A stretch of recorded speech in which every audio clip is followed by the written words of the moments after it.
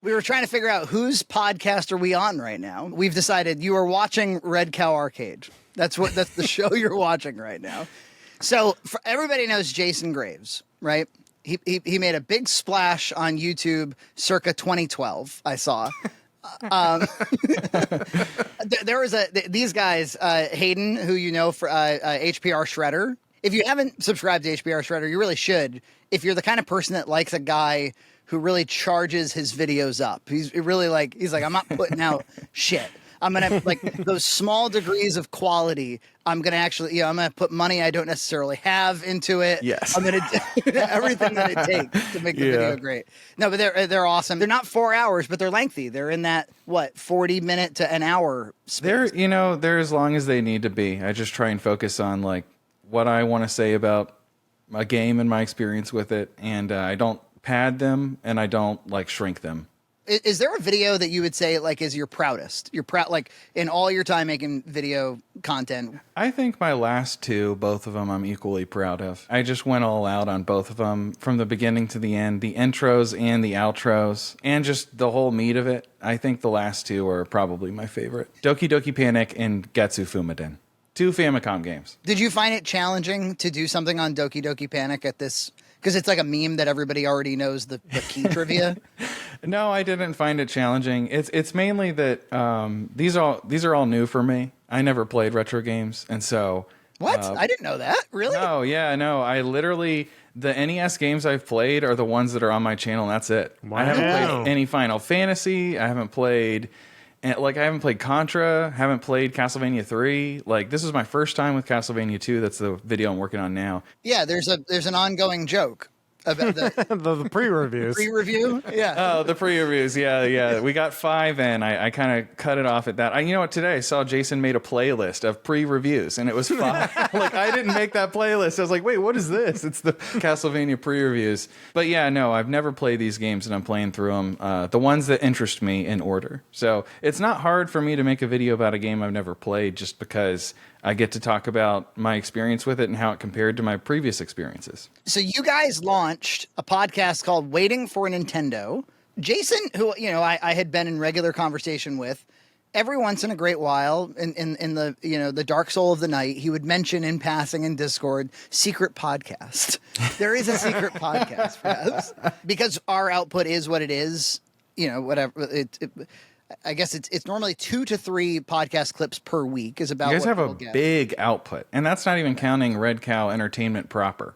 Right, but nevertheless, the small audience we have sometimes hungers for more. And there were times where I thought, wouldn't it be cool if the occasion, like we've had some guests who have been recurring characters or who are kind of like honorary members of our podcast. Jason is at the top of that list. I love the slobs. The slobs, bringing every slob on has been a lot of fun. I've eaten those up. Yeah. Yeah, I love all of our slobs very, very much. And we have a couple more. We have to interview John Finger, Scotty Dunn, who has been on the pod, but I want to like watch his movies and like talk to him. Yeah, we gotta do a proper interview. Yeah, do the whole thing. There's this guy, Mike. We want him to come on. But I always thought, I was like, Jason would, because he also, like, I don't know, somewhat out of necessity, needed to take YouTube like a little bit more seriously because, I mean, between the Sears video and the Goodwill video, like there was money actually coming in at one point. They popped off for sure. Yeah. And that was awesome. So I always wondered and he obviously the guy can talk. And so I thought like he ought to do that. But yeah, you guys tell us how that happened and why you chose to not tell anybody about it for I don't even know how many uploads. We thought it would be funny, I think was the primary reason. Like anti-YouTube. Yeah. I know for sure Jason didn't want to mention it to anyone. He wanted to keep it really low profile. And I was leaning that direction anyway. So hearing that from him was all I needed. And then at that point, it was like a game of chicken. It was like, are you going to tell anyone first? Does it have ancillary benefits to keep it secret? In other words, is it kind of like pressure off, like a little bit more confidence? We can experiment and play a little bit more. Were you feeling anxious about dipping your toe in the water of like doing a pod, like, hey, are we even good at podcasts? We see from channels all the time where they like start a second thing and then they make one video and then they disappear and then it's just right. That's it. That seems like that happens all the freaking time. So we just kind of wanted to get it going, Yeah. That and it would be a good surprise. Like if somebody didn't know about us, there's like a backlog of 100 videos you could watch. Except that they tend to be timely, right? They're topic driven. So yeah, I mean, some of them are evergreen, but some are kind of timely. Yeah, it depends on the one. Obviously we get a lot of commentary from our fan community about us and who we are as people. Mostly very supportive. Obviously, it's sometimes very critical. Even people who seem like they're real supporters or they really like what we're saying, sometimes they're responding to us in almost like an urgent way. Like they want to interrupt the conversation we're having, or how could you not know that? And this sort of thing. Yeah, especially when they do multiple in the video, because they're doing it as they go along. Yeah, they're doing it sequentially. Yeah. And I've never understood that until I watched Waiting for Nintendo. Oh. And then because I relate to you guys, I naturally I was like, no, a retro game. Well, okay, actually, Jason did make a good point. Oh, you eventually did get to it. Okay, yeah. Suddenly, I feel that too. So how did you decide like what the conceit of the pod would be, that it would be, and how would you, for somebody who's never listened to it before, how would you describe it? I had just wanted to make some Nintendo slop for quite some time. I had like gotten the channel up and everything and set up and ready to go in 2022, and I just never touched it because I had a different partner in mind actually originally for the podcast, but then he ended up getting a job in the industry, and then he couldn't really do that twice. Would he have been better than Jason? Nah, he said he likes Jason. He said multiple times, Jason is probably better for this, but it's my biggest regret in content creation is not going waiting for Nintendo. I thought that was funny because we're still very small. From my point of view, he mentioned to me a secret podcast that he was thinking about doing a couple years ago. And then when I was over at his house, you know how you log into like YouTube on your TV and you can see the profiles? I saw the profile for it. I'm like, oh, you made there it is. You made the channel and everything. You made like a logo. Are you going to do anything? The Doshin and the Giant? Was it the Doshin and the Giant? Yeah. The title Waiting for Nintendo, is this sort of just a joke about waiting for Switch 2 or something? What is that? It was a joke about waiting for Godot, the play. Coming up with names. It's funny. I can just name drop him. The Crawl, Brendan, who was going to be my co-host originally, he coined the name Waiting for Nintendo. And it was when we were trying to come up with a name for it. And I loved it. The second I heard it, I was like, oh, that's good. Because that's all I'm ever doing is just wait. What's next? Yeah, what's next? You play the game. What's next? What's coming out? When's Metroid Prime 4 going to be announced? Damn it. It just got rated, EJ. It just got rated. When's the release date? When's Elden Ring coming out? We've got our friend Levi the slob, and he's got this YouTube channel dedicated to reviewing like old paperback books, the kind that would sell for 30 cents. And his guiding philosophy is like the backlog is all we need. We don't need to move forward. We need to move backwards. There's plenty back there that we're skipping right over. And while I'm probably not going to pick up like a paperback mystery novel anytime soon, I feel him. You know what? There's a lot of good movies that have been made that I haven't seen. What am I stressing out about? I bought the whole Resident Evil series on Steam, and I haven't played any of them. Well, that's true, right? Yeah, I'll buy collections, or I'll buy like groups of 10, or I'll download everything. Yeah, it was on sale. It was like I paid like $20 on Humble Bundle, and I got them all. What the hell's the likelihood I'm going to play even one? Let alone multiple. But I have them, and they were on sale, Frankie. Oh, that was when I was watching Waiting for Nintendo. I was watching you guys review The Year of Luigi. You're going like, Luigi's Mansion still looks like a pretty good game. And I was like, I only played like 10 minutes of the first Luigi's Mansion. These guys are right. I should play some. And then you're on to the second one. And I'm like, well, fuck, it did come out for Switch 2. Maybe I ought to procure that just to have Luigi's Mansion 2, the HD version. I'll get around to it. I'm like, no, dude, you're going to end up playing the first one. You're going to forget half of the first one. And then there'll be no need to move on to the... You know what's funny about the Year of Luigi is that like it still like echoes on. Because like we'll be playing Mario 3D World and you'll like hit a block and like a little like pixelated Luigi will pop out and my sons will be like, what was that? And I'm like, well, there was this marketing campaign and there's like, Dad, this is boring. Should have turned to them sharply and said it was the year of Luigi. It was the year of Luigi when Mario 3D World came out, son. I remember when that whole thing happened, my mind was a little bit blown because I remember feeling like they specifically neglected him on purpose, strategically, and then it felt like a contradiction of their own. As a boy, I was always a bit sad that Luigi got snubbed. And he was the butt of jokes in games too. They're like, oh, the green guy. It's like, who's he? And it was always like a joke inside the games that he was forgettable. In the Paper Mario games especially, they do him so dirty. They make him out to be like the biggest spineless wimp in all those games. I mean, when I was like 5, there weren't very many ways to jazz up SMB. But playing as Luigi was a little way to like, whoa, Yeah, you're green now. You're the green guy. is this some PC mod? In a Mario World, he slides on his knees down the hill. That's cool. I remember when my sister and I were playing the original Super Mario Brothers when it was the only game that was out. Yeah, we would fight who would be Luigi because that was the cooler character. Well, especially once he started to have that jump. You remember at the end of SMB2, it'll show you who you played as the most. For me, it's just nothing but Luigi. It's a big 52 levels of Luigi just because he can jump and you can control the jump. You don't need speed. You don't need strength and pulling up plants. All of it's bullshit. What you need is a jump that lasts. And he's got the twinkle toes. Twinkle Toes Luigi, we're calling him. So what did I want to ask you? Well, I want to get back to Hayden's, like, hey, I'm new to video games thing. New to video games generally, or are we just retro? You missed retro as a child, and how did that happen?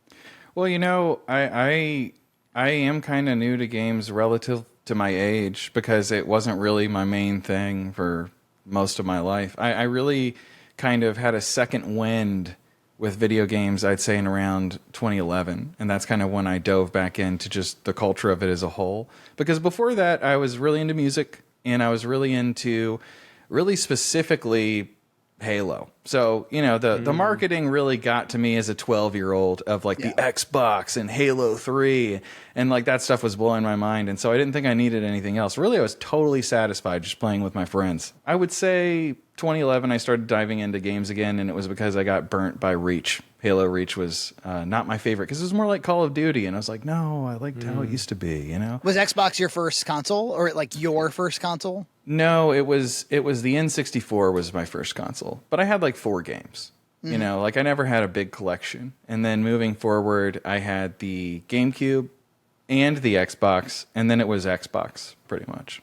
Yeah, that's the progression. And I'd still have access, of course, at friends' houses, to other stuff. But I never had an Xbox, but my wife bought me a 360 2015. It came out in 06 or whatever. And I bought it for Stick of Truth. That was actually the reason. And then I was I was just enjoying the hell out of having an Xbox 360. I was like, this is fun. There's lots of games on this. And, there's so many. I think I got it for $80 at the time. And it was still connecting to the internet. I mean, the store only went away, a year or two ago. And it was backwards compatible with the first Xbox, so I kind of felt like I had a multi-generational console. That Xbox 360, that's a special little machine.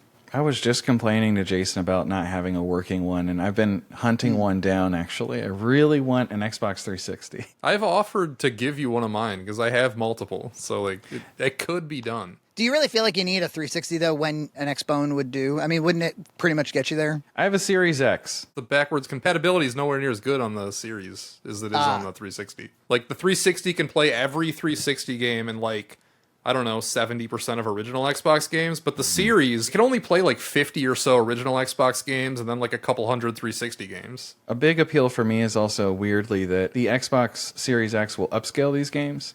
And it looks gorgeous, but I just kind of want to see what it looked like on the regular HDMI again. Because I never actually had the HDMI one. My launch Xbox lasted until about 2015. Xbox 360, which was crazy. It never red ringed. I'm not feeling that way about PS2. I didn't have a PS2 either. I was a GameCube guy. I'm now getting into a few PS2 games now that I emulate them on the Odin 2, the little handheld, Android handheld. And the 4X HD up-resing widescreen is so nice. It makes these games so premium that and then I'll see gameplay footage of whatever Burnout 3 or something from the original. I'm like, oh yeah, I don't want to be playing that. It was ugly. And I feel the same way about 3DS. I'm like the upscaling on 3DS. Oh, yeah, 3DS is nice. Yeah. So some stuff I think is better for emulation, and some stuff, I would argue NES, Genesis, I do very much enjoy my EverDrive experience. And Jason's really found a niche with I'm going to buy systems that are not easy or cheap to have. Turbo graphics. What about a super graphics? Have you considered this? No, because the EverDrive plays those games. Oh, it's like a Sega CD sort of situation. Yeah. You don't actually need the other bullshit. So Hayden has this idea for a secret podcast. You notice it. You see that you're like, oh, cool, it's in development. The other dude drops out. What happens next? I bug him for weeks, and then we finally do it. Yeah. He kept hinting at it. He'll gently hint. I've learned this about him is that he he isn't always direct in what like he wants. Like I remember he had a story where he was talking about how he volunteered at some store when he was in high school. Oh, that was in my video. He wanted a job, but he wouldn't ask for it, and he was kind of hoping they would just kind of like, Jason, do you want to work here? But it didn't happen, and so he just left. Totally. A very good strategy to find a girlfriend, too, by the way. It's not. Walk around them from a distance and hope something happens. Just walk up to her, tell her she's cute, and then get the fuck out of there. Yeah.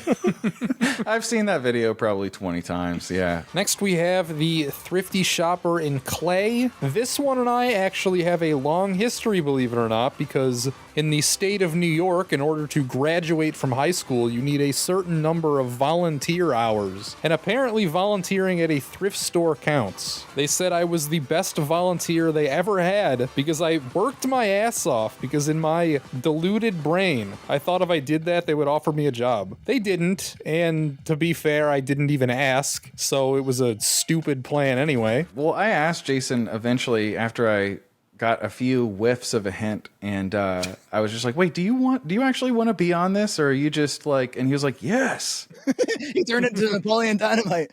Yeah. You know, there was a big wave of YouTubers with the Switch 1, and I was like, maybe we could make something happen with the Switch 2 hype. We just started recording. We didn't think it was going to be daily at first either. It just sort of happened. To upload daily. Yes. I feel like we could. We were uploading daily for a while. There's a Boxmac episode where I can be found saying, like, we upload every day to that channel. We upload every single day to that channel. But they were like 7-minute, 8-minute. It was just like anytime we talked on the podcast, we clipped it and threw it up. And we weren't editing them yet.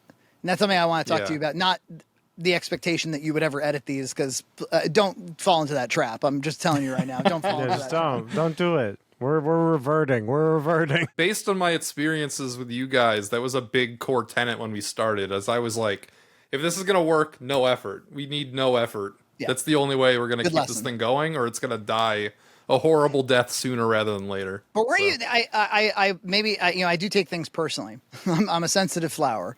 And there was a clip where you were like talking about the inevitable de-efforting of YouTube. I mean, you have people who are making amazing videos that everyone loves, and then they pivot to do something that's a little lower effort, and it's just an experiment at first, but the experiment goes well, it gets picked up, and it starts doing... It's wildly more profitable than what your main thing is. The whole time I'm like internalizing, like, am I what they're talking about? You weren't even like a person on our mind at all during that. Not at all. Just a quick tangent on that same topic. So I was just upstairs having dinner with my family.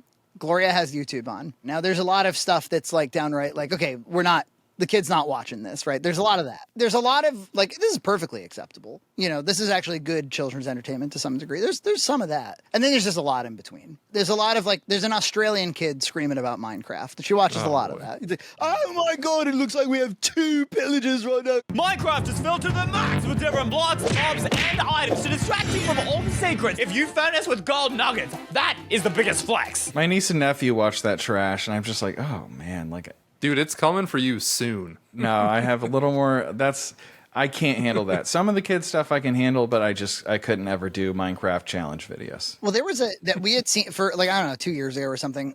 She was getting recommended like just trivia. So it'd be like Trolls 3 had just come out. There'd be an AI voice or that TikTok voice, like which character in Trolls 3 sang the most number of songs? That kind of shit. It's AI, stock animation. And I was like, wow, this is a way to just get 200,000 views, you know?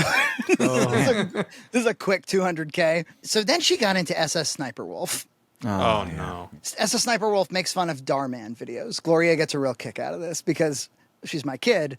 She enjoys a good roast. These Darman videos are absurd, and she likes to watch her contemporary SS Sniper Wolf make fun of them. So then I see this is what happens with YouTube, right? It's this kind of like life finds a way thing. Where there's like one thing over here that's easy views, one thing over, and then they combine and turn into new fucked up mutants. So this one, it was a girl trying to present like SS Sniper Wolf on a webcam, reacting to an AI trivia video, trying to engage with the audience as she was. So she's answering the trivia questions about K-pop Demon Hunters, the recent hottest movie for kids. So she's like providing the humanity to the thing, you know what I mean? And so I was like, I gotta see how many views this is. 495,000 views.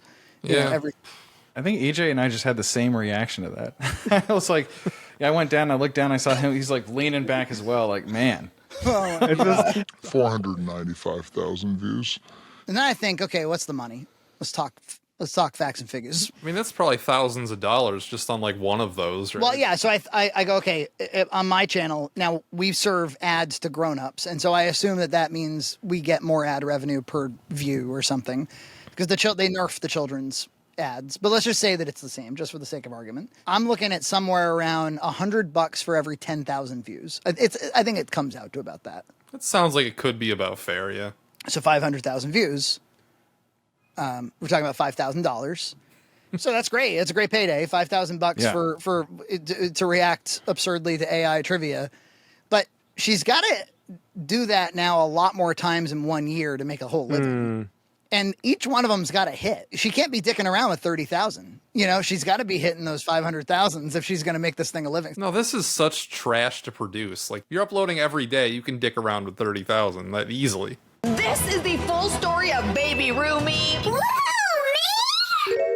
Yeah, if she just does it daily, right? She just keeps hitting that lottery. Well, that's all it is. You could do it more than one time a day. Like, if all it is just reacting to, like, trash, then yeah. Well, K-pop Demon Hunters, that's like a thing that's hitting the zeitgeist. So you'd have to find those topics that are more likely to hit. Some people are good at that. Yeah, I'm really not. Yeah. Same. I just like to talk about the things that I like. But then, yeah, we did talk about South Park, as we tend to do around here, and that was higher than our normal. That was like in the 10,000 range because it was very topical that week. We have been better off when we upload about the hot topic the same week or the same day or whatever when it's being searched for. Like, we're better off not editing. Well, I've fallen into a trap. So obviously the slob's edited, and so that kind of inspires me to edit, and then I have a hard time releasing a video that's unedited, even the clips. But now I feel like I just badly want to be understood. When I'm putting out a video, I want everything that's being spoken to be well understood. It's like curb every shitty comment and being like, here's the source, here's this, here's that. It's just to like cut every single comment on the pass, yeah. Yeah, and yes, there's a bit of that. But to be fair, I'm not even talking about like trying to get ahead of somebody who's being critical. I'm talking about like the person who enjoys watching the content. If it's a topic they've never heard of before or they're not really familiar with, like I'm just trying to bring them in and communicate well. And it's it's when you have the tool of video editing at your disposal and you're describing visuals and you're describing tone and vibes and the things that we talk about, it can be hard to not just feel that urgency to be like, oh, let me just drop the clip in. There have been times like I've approached a clip, I'm like, all right, it's going to be basically unedited. But when we encounter a moment where there needs to be a visual, we'll do it. And then I stand back, I look at the timeline, the whole fucking thing's cut up to shit. Turns out we mentioned a lot of things. You know, I hate to say it, but as a viewer, I really do appreciate all of the clips and when you guys stitch in all the references, because I'm someone who's like never even seen The Simpsons. Like I've not seen anything. I'll watch content from you guys on like I watched through your entire Star Wars. What was that show? That really bad. Yes, I watched through the entire thing from you guys. Just like, oh, they're talking about the next episode. I'm like catching up. I have a good understanding of what's happening, but that I could not have been carried by that were there not clips. And I'm thinking about people like you, and we get enough feedback from people that say things like, I like you guys, and so I'll watch you talk about anything, but just bring me in. And yeah, if it's just us flapping our gums about something that they have not seen and never will see. And that's the other thing we found is when we discuss popular movies that the audience intends to see eventually, the videos perform less well. Oh, no, spoilers? Is that it? Spoilers. So they lean a little bit more towards like I'll watch anything about a show or a movie that I've never seen and never will see. Yes, I will. But if it was something that you did intend to see, like, oh, eventually I do want to check out Andor or whatever, then maybe you'd skip those clips. I wouldn't. I'm not a spoiler-sensitive person, which most people very much are, but in my experience, when something's really good, it kind of doesn't even matter. It's experiencing it yourself. Have you guys, I think I know the answer for Jason, the L-take master. L-take master. Well, in other words, Jason's not afraid of an L-take. You know what I mean? Oh, like, I think he even knows that there's magic in an L-take. There might be gold in an L-take. There's good ones and bad ones. There's varying degrees of takes. Oh, we should do 7 stages of L-takes. Yeah, the 7 levels of takes. 7 levels. God damn it, I want justice for Gerard. It's been too fucking long and nobody's standing up for Gerard. Unsubscribe if you want. I don't give a shit.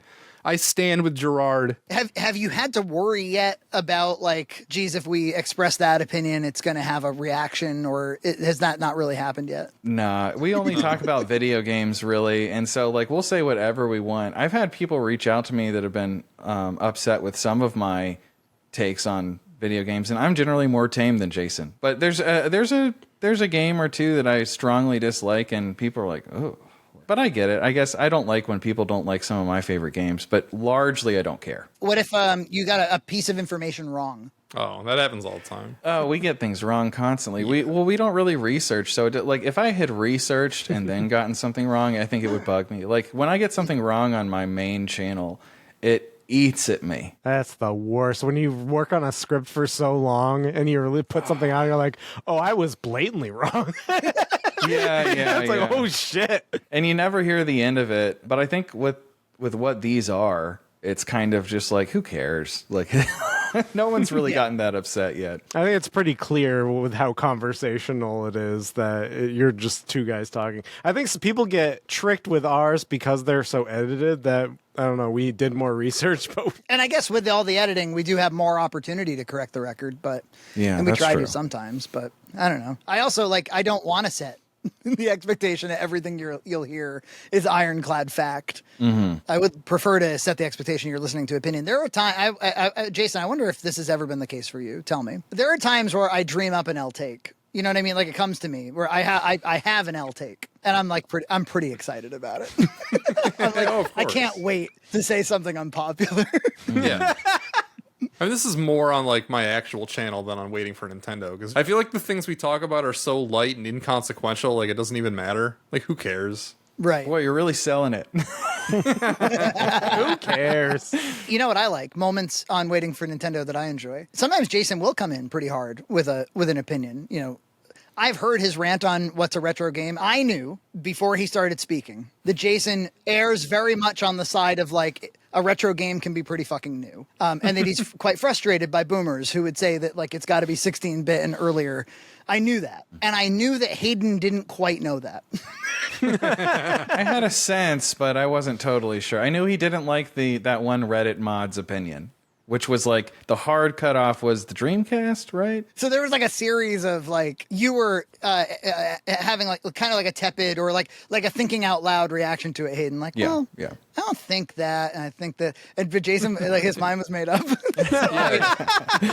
I was just watching for that. I was like, you would compliment the last thing he said, and he was like, well, not even that. Yeah. So the general idea there probably being before 2000 and after 2000.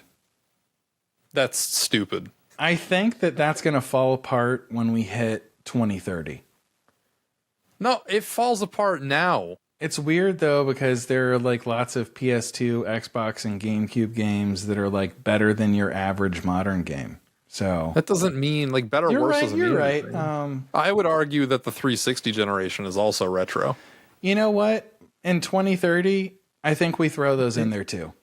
I think we do. It's time to throw it in there now. It was 20 years ago. Should it just be 25 years? Everything 25 years old and older? Oh. I did, more recently, you went over Jason's very early YouTube history. That was awesome. That was the worst. Oh, look at this piece of shit. Why is my hair up? I love Jason's channel, and he hates compliments, and so it's so hard to be like, man, this was great. He's like, no, it wasn't. Well, he wouldn't let you play his voice, which I think was just the same voice. Shut up. Just No, the I same sound voice. different. He does sound different. He definitely sounds different. So the game sucks, but at least we still have the show. That was cringe. I can't even do this. You I'm can't? sorry. Were you saying you were cringing at your own voice too much?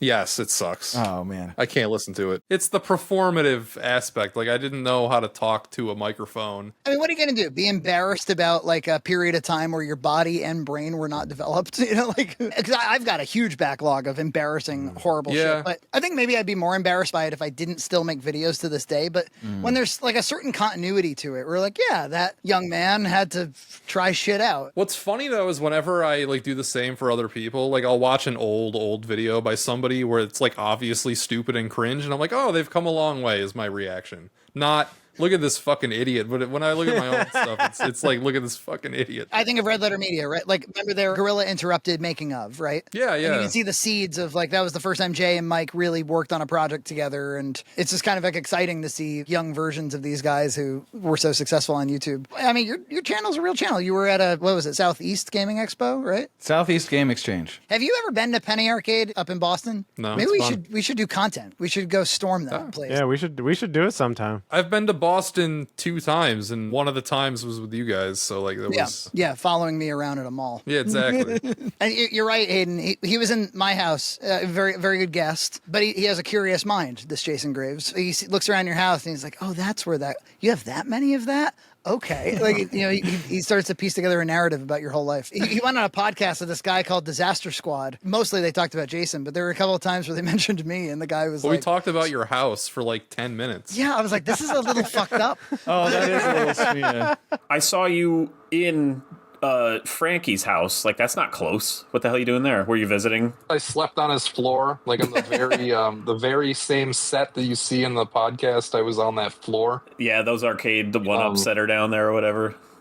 Yeah, he's got a couch in that room, but it was kind of too small for me. What was Frankie's house like? He always says it's tiny. Is it tiny? He's got a very large DVD collection. That I could. Where does he keep that shit? Because I know he has a lot of crap. So how small is Frankie's house? How small is his penis? Even when I'm like doing like streaming, like gaming streaming, like sometimes people just start like asking a lot of questions about like what area do you live in? What I gotta hedge these. Whenever I'm interested in something, I always like try and find them on Google Maps.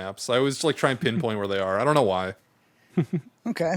I don't know. I love doing that. Yeah, I can understand that. I can't say I share it, but I understand it. And I'm not saying he should have killed her, but I understand. What's your security system like?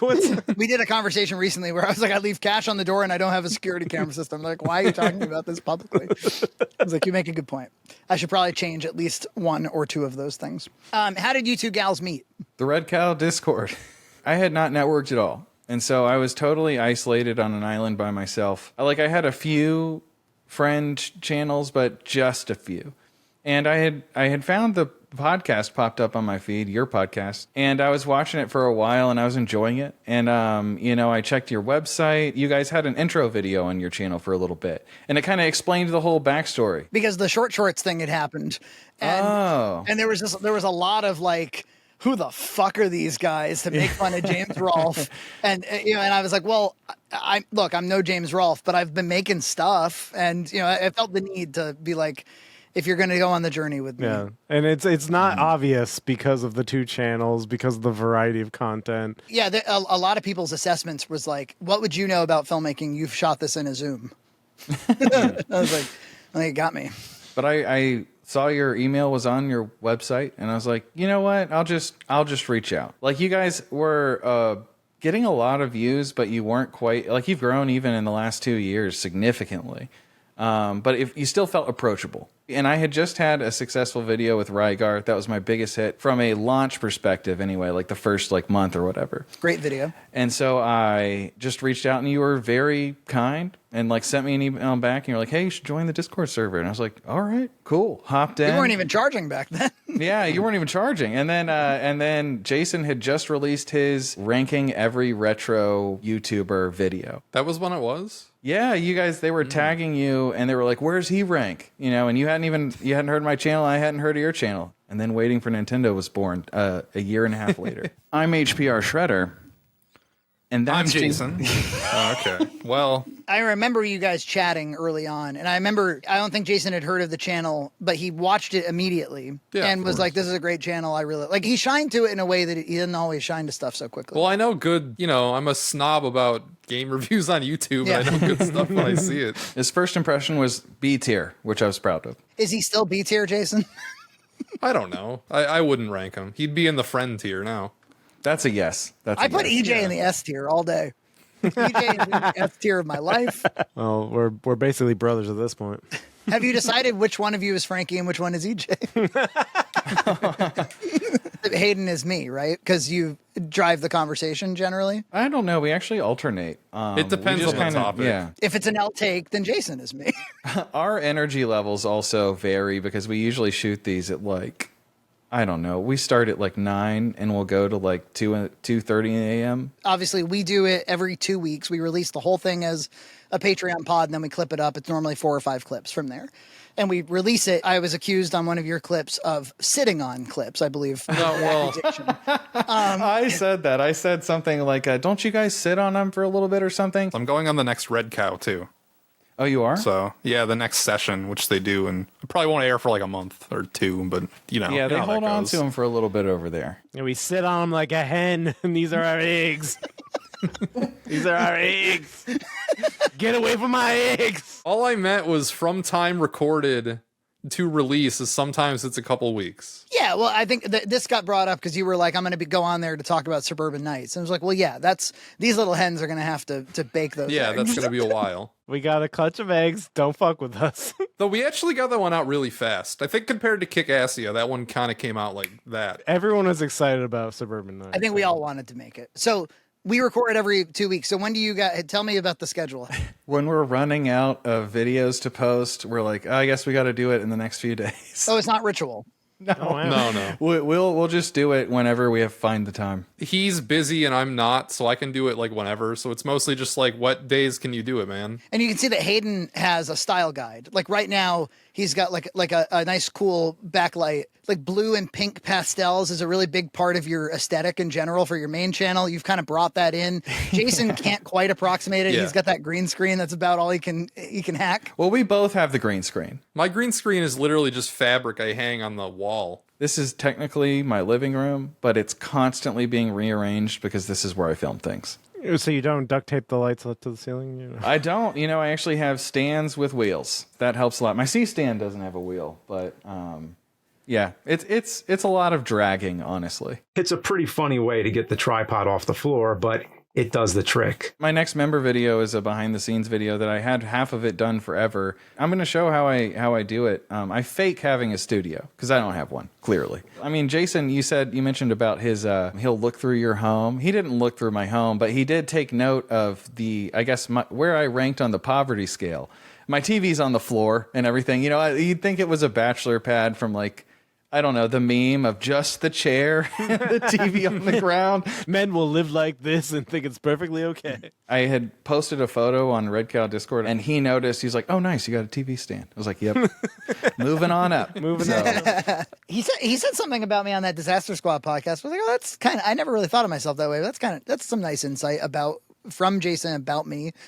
Because the Disaster Squad guy was like, how did you start talking to Frankie? He's like, I just started talking to him, and he lives to talk to people, so he talked back. What is your connection with them? How did you meet him? I just messaged him. He's a really friendly guy, Well, yeah. He likes to talk to people. That's what he lives for, so we just kind of talked. And I was like, do I live to talk to people? And I was like, I guess I kind of do. Yeah, because, I mean, at the end of the day, what the fuck is this YouTube stuff anyway? It's not filmmaking. And it's creative expression, yes. It's not nearly as creative as the more stylistic arts or something. It's nonfiction. It's extemporaneous. So most of the time when we put out a video, our expectation is like, did we connect with somebody? Like, are we in communication with somebody who wants to communicate about these things and in this way? Is that kind of how you guys feel about, like, when you make a video, like, what are your expectations for, like, what's this video meant to exist for? Oh, I just, I enjoy watching game reviews on YouTube, so I want to make game reviews on YouTube. That's really as simple as it is. I'm not denying that there's no creativity in anything that I do or anybody does, but there's creativity in anything, really. I'm going to give him a compliment real quick. Let me take a sip of water. Brace yourself, Jason. This is going to be one fucking hell of a compliment. Yeah, hydrate for this compliment. Yeah, it's true. I'm even going to dab my mustache real quick. I think that Jason makes really, really good content. He feels to me like, in the best possible way, almost like a newer version of Angry Video Game Nerd. He's not like angry. He does lots of different shots. He's not tied down. It doesn't need to be perfect, but then what ends up coming as a result is just such an entertaining to watch package. Is he like almost a yin to your yang in as much as there was an episode you guys were talking about like what money spent on equipment? And Jason was real, just like classic one. I've been using the same lights forever. I needed a new camera. I asked EJ what should it be, and I bought that one. EJ, you like cameras, right? If I wanted to spend less than $700 and buy a camera that would look better than my phone, what would you recommend? Honestly. I just bought the one he told me to buy. That's honestly an excellent decision. You know, and then Hayden, you were very look, the technology and the set and lighting is, I'm passionate about lighting. So this is the most important piece of maybe my whole setup is the Ninja 5. It's actually right there. I'll go get it real quick. It's worth it. All right. The Ninja 5. What could that be? I don't even have a guess. If it's not the audio mixer, is that his camera?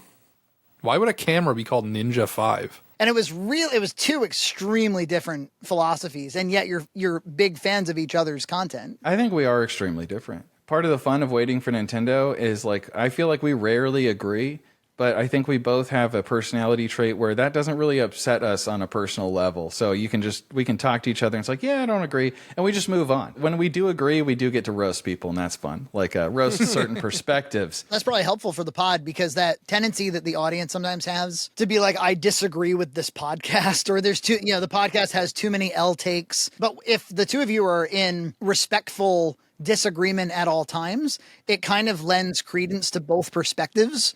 And then the audience can't really feel like, fuck this podcast. They're like, I'm with Hayden on this one or whatever. Yeah, I think it's more entertaining too. I think the best roast of any podcast I ever heard was, I won't name drop what the podcast was, but I did listen to it for a while. And there was a split with another content creator. What the other one said about the podcast was, it's just three boring dudes in a room agreeing with each other. And it was like, man, honestly, he hit the nail on the head. I was a listener. I was like, yeah, that's pretty much exactly what it is. I agree with that.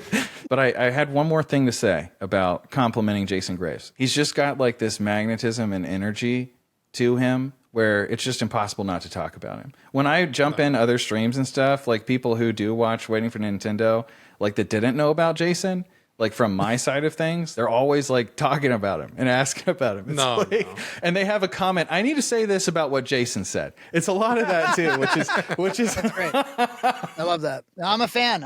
So much so that when he's on our podcast, very occasionally people will be like, stop having him on. Fuck him. He's young. He's stupid. Every once in a while, people will be very mad at Jason. I'm pretty much reached 100% saturation on your show. Everybody knows who I am. You don't have to introduce me, right? You didn't at the beginning of this, so right. I'm gonna continue the Jason glaze. Is that I definitely drop everything to watch his videos.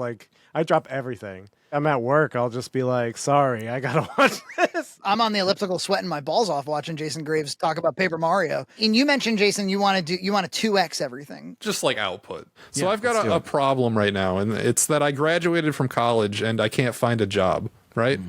That sucks. So I figure if I just 2x everything on YouTube, that's all I got to do. 2x everything. Just get double views on everything going forward by the end of the year. Then this could be a really shitty job. A really low paying. Not shitty as in I don't want to do it. It could be a really low paying McDonald's wage job. I think it's a good strategy. I like it. I think Jason has such a unique perspective and energy that I think it's actually it's not unwise to do so. I think if I'm serious about that, I got to get on sponsorships, though. That would be the big thing. I showed Nina your 2x clip. I said, watch what he's saying. Listen to this guy. Turn off the Minecraft. Turn that shit off. The egg is like a shrunk down version of the diamond, so it does have a slightly different shape, but it is almost identical. No, Jason and Gloria had a very good time together, actually. He seemed to be getting a real kick out of her video game habits. There was a particularly tense moment where she was playing Roblox with her best friend over the phone, and Jason just kind of got to witness the chaos. That was a mess. I heard about this incident. He described to me that the girl over the phone was taking 2 turns, basically, and only giving Gloria 1. She was pretending that her sister was playing. Well, and they were playing a game that only her friend knew how to play. So Gloria's turn would be over like that. And then her friend would just hog the moment for minutes at a time. It was making me mad. Bitch. And then Jason and I started trying to help Gloria. We started taking the controller from her because we were like, we can't let this stand. We gotta stand up for this. And we weren't any better. One of the things YouTube says is stream more super chats. I make no money streaming. Streaming hurts your channel, actually. If you're a channel that does produced content and you start putting some fucking streams in there, YouTube doesn't like it. Even if they encourage it, or the stream has to be an event. Well, yes. I think every new Jason upload should be a premiered thing. Absolutely. Like, why not? Like, there's no risk to it at all. There's a little bit more fan engagement that way. And the likelihood of a super chat or two is pretty high. I don't think they're long enough. I think for an effective premiere, you need a video that's at least feature length. You can't just be putting like a 30-minute video on a premiere. The tier lists were great as premieres on his channel. I think I would be, if I was Jason, I'd be tempted to do, currently the Zelda ones are like the slightly more produced premiere content coming from Jason. I'd be tempted to do those as premieres. And then maybe the other stuff, maybe not. I'm a guy who has leaned heavy into his alpha fans. So if we have 5,000 people that watch the clips or whatever, in reality, there's 500 who actually put money forward or who never miss a video or whatever. And I would say, like, of the $30,000 a year or so that Red Cow brings in, which is about what it is these days, I think this year it's looking more like 25 at the rate we're going. The majority of that money comes from a smaller group of people. And I think that's always going to be the case. If trying to increase your earnings is the goal, selling to the people who will actually put money forward, I think, is the way to do it. I wanted to ask another question on the topic of moving from high effort to low effort. You know, you both are doing main channel content. Now you've got this little monster to feed. Oh, we're out of clips. We got to go record. I have found, having a podcast now for what, EJ? For 5 years, right? Yeah, 5.5 years. You get into a cycle where you're always thinking about, like, what could be a topic for the pod. So it's like you encounter something in life, you jot it down. You go, oh, that might be a topic. Then what happens is you come up with a really good idea. You're like, ooh, we could review Kickassia. And then before long, the small thing becomes a big thing. And I feel like that's kind of what just happened with the 7 stages of Nintendo or whatever, where it turned into like almost like a main channel video. That was like a little challenge I did for myself. And part of it was I had finished some non-video related projects and I saw that video pop up and I was like, oh, that'd be fun. And I was like, I wouldn't really put that on my channel. But for Waiting for Nintendo, I thought the benefit would be, if it popped off, it might help us get to 1,000 to get that full monetization quicker. We've had several thumbnails do really well, but when people click, it's like, oh, it's just 2 guys I don't know talking about nothing. And then they don't even talk about the subject in the title, and it's clickbait and everything. And those things are true. I thought this would just be like a fun thing, and it was, but I think every now and then we put more effort into a clip. Like the ones that we have the most effort in are like our top Switch and 3DS games and our music, top 25 and 64 songs.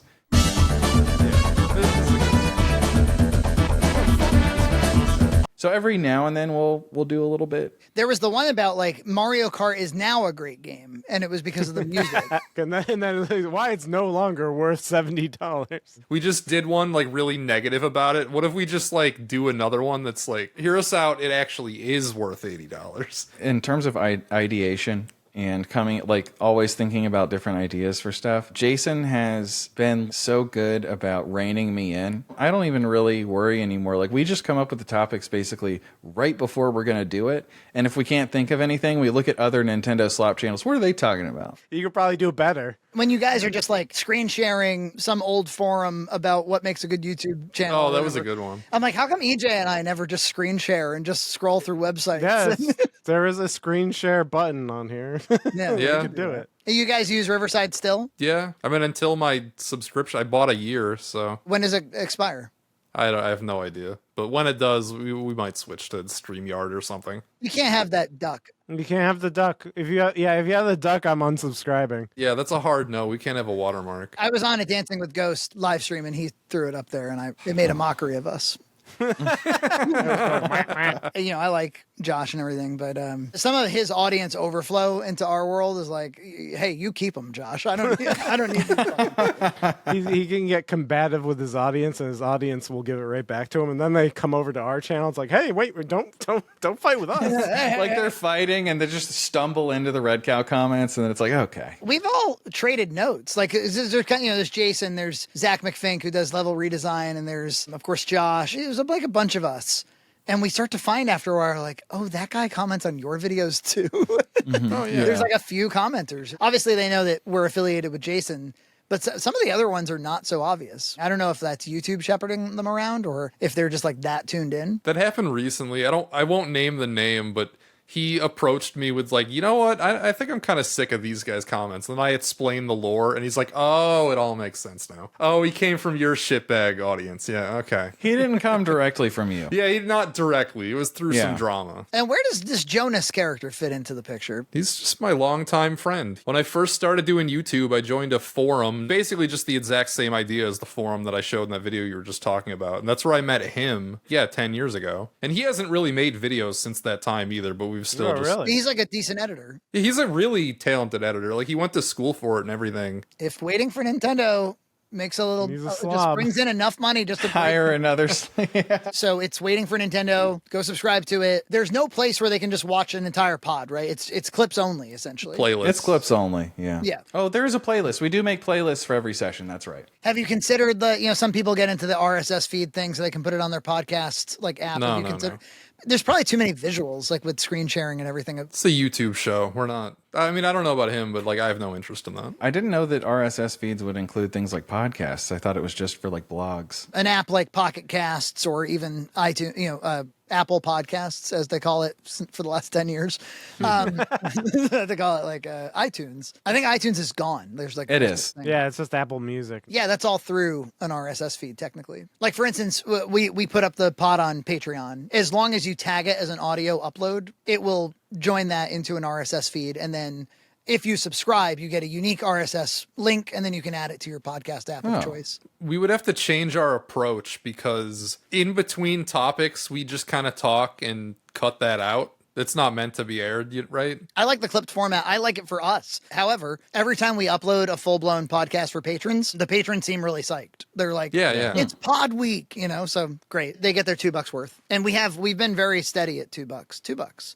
For $2, you get semi-constant access to me and EJ, and you get a full podcast. I think that's the thing about estimating worth I've seen, is that like the actual physical act of writing out addresses and mailing things and packing them up, and you want it to look nice because you appreciate your fan, and then it's like, this is hours and hours of effort. I continue to do it because sales come in all the time, and mostly Blu-rays, because I do this Blu-ray thing still because I'm a collector myself. We used to order custom merch from a really great custom clothing site called customink.com. That's where the BoxMac baseball tees came into the picture, and the nice embroidered hats and all that. And I would basically self-fund, because we're talking guys like $1,500 to order, whatever, like 20 of them. And we were not as successful back then.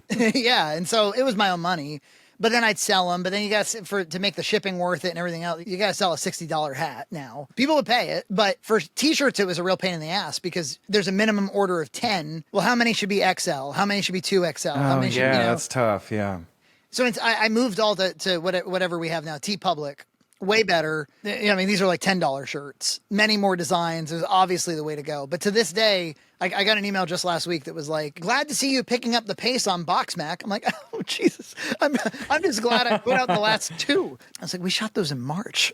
I've been trying to get around to editing them over. You've been sitting on them like a hen. Sitting. And then he's like, are you seriously telling me there's no way to get one of those baseball tees?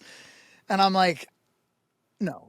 There's just no. I'm sorry. Yeah, I'm with you, Hayden. I want to show appreciation. I want to acknowledge. I want to respond timely to everybody's requests and give. And Jason said recently something about like that's a trap. I don't know. I feel like there's a mild expectation from myself and some commenters on my videos to like up the bar with each upload, and so it's kind of like that's a trap. When you set expectations for yourself that you can't meet, basically. Oh, yeah. Because we have a mutual friend that is always doing that. I'm always trying to rein him in. Meatball. Yes, Pokemon YouTuber. He has on multiple occasions approached me with his plan for like the next month or next few months of his videos. And I'm like, dude, you're not going to be able to work 24/7 the entire time to get 4 videos out a week. Like you can't do that, man. Like, you should know that you can't do that. I appreciate the, the aspirations, but yeah. Yeah, exactly. I'm just like, yes, that would be huge for the channel if you could somehow play through the entire Pokemon game like challenge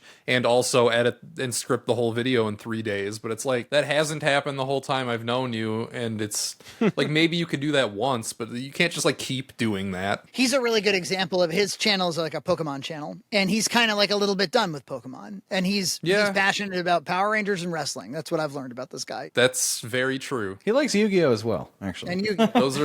Those are his 4 favorite things. He just named them. Yeah, I was like, well, it sounds like you ought to be making Power Rangers wrestling content. He's like, thing is, all these Pokemon fuckers are going to go away. And I was like, well, then maybe so be it. Maybe like it's time to like do a soft transition away from. I've just been telling him just like each video should just be like a step a little away from it. Just like, yeah, I said the exact same thing. I would be tempted to just do a new channel if I was him. I think when people do a new channel, when it gets annoying is when they constantly shill it on their main channel and they're just always talking about like, this is what I'm passionate about now, guys. And it's like, you don't just leave it be. Like with his skill set, if you've grown a 200,000 plus subscriber channel, I'm sure he could be successful making content that he wants to make, and then he could still do the Pokemon challenges and content. I think he'd probably feel refreshed about it. But he was like instantly successful, right? Yeah, he didn't have the like slow grind to success. His first videos got millions of views, and that's where he fell into YouTube. There's a couple topics like Pokemon, Dark Souls, lore videos. You're going to probably be somewhat successful if you're halfway decent at them. Where there's like a nonstop search for for that content. I've spoken to quite a few creators. I'm like, wow, you've got 1.5 million subscribers. Holy shit, you were a successful YouTuber. And they're like, kind of, I'm stuck. Yeah, exactly. I can only make one kind of content. And this sounds like a cope, as the kids would say. But there was a guy years ago, they did BAM Lounge. You remember them, EJ? Mm-hmm. They drove all this traffic to BoxMac. And they had millions of subscribers. They were like sketch comedy and Minecraft. Sketch comedy on YouTube being successful, if you can imagine that. Yeah, at the time. And they were like, we're actually kind of jealous. It seems like you guys get to just like follow your friend around and do a thing at a church fair and like you just do whatever you want. And like, we wish we could do whatever we want. I'm like, you could. You just won't make any money. Yeah, you'll get 1,000 views per episode. And you'll come join the club. Yeah, there's like the engagement ratio. Ours is pretty high. Yeah, we're like, if you got 2,000 views, 500 likes. You know, a quarter of the people who watched it clicked like. You know, and yeah, like talking about feeling refreshed. I was totally feeling burnt out on BoxMac. Like, God, I've edited enough of these fucking things. And then you step away from it for like 9 months, and then you're like, oh, these are fun. Like, you know, I like hanging out with John and EJ and doing something creative like that. We've got this thing. We set a really bad precedent for fall and Christmas and even like Black Friday content. So there's like from September on, for the last 10 years, we've delivered. We dedicate our lives to the channel for that period of time. And so for some people, for a very small group of human beings on planet Earth, like they're looking forward to Red Cow's like fall and Christmas content. And I never want to let them down. And I love it. I love looking back at old Christmas specials. I saw this firsthand because you need to post those on Black Friday, and you also film them on Black Friday. Where are you going this year? I was thinking the Natick Mall. I don't think John's ever been out that far. For John's very like Sam Wise Gamgee about like this is the farthest I will have ever been. You both don't go very far. I've noticed. You're kind of like, you know, you got your area and you're just there. I mean, you still live like where you're from. So yeah. All right. That's it, I think, for Red Cow Arcade. So they're trying to get to 1,000 subscribers so that they can actually make like $1 on one of these clips. So please go subscribe to them. If you like this channel, obviously you're going to enjoy watching these guys. You know that already. Maybe you just didn't know about their podcasts because it was secret. Is there anything else you'd like to shill? HPRShredder. If you want awesome gaming content, you got to subscribe to that. He's got a nice like Sony KV9PT50, I think. It's the 40. It's the slightly older model. The 50 has the diagonal buttons. Okay, so you are the EJ of the two. There it is. Oh yeah. We have a little bit of each of you, I think. We've got EJ traits within us. Yeah. Okay, so this was part 1. We're gonna go over to their show. We're gonna, if you'll, you know. We're going to go walk over there. So go to Waiting for Nintendo. You'll subscribe and you'll watch the rest of our conversation there.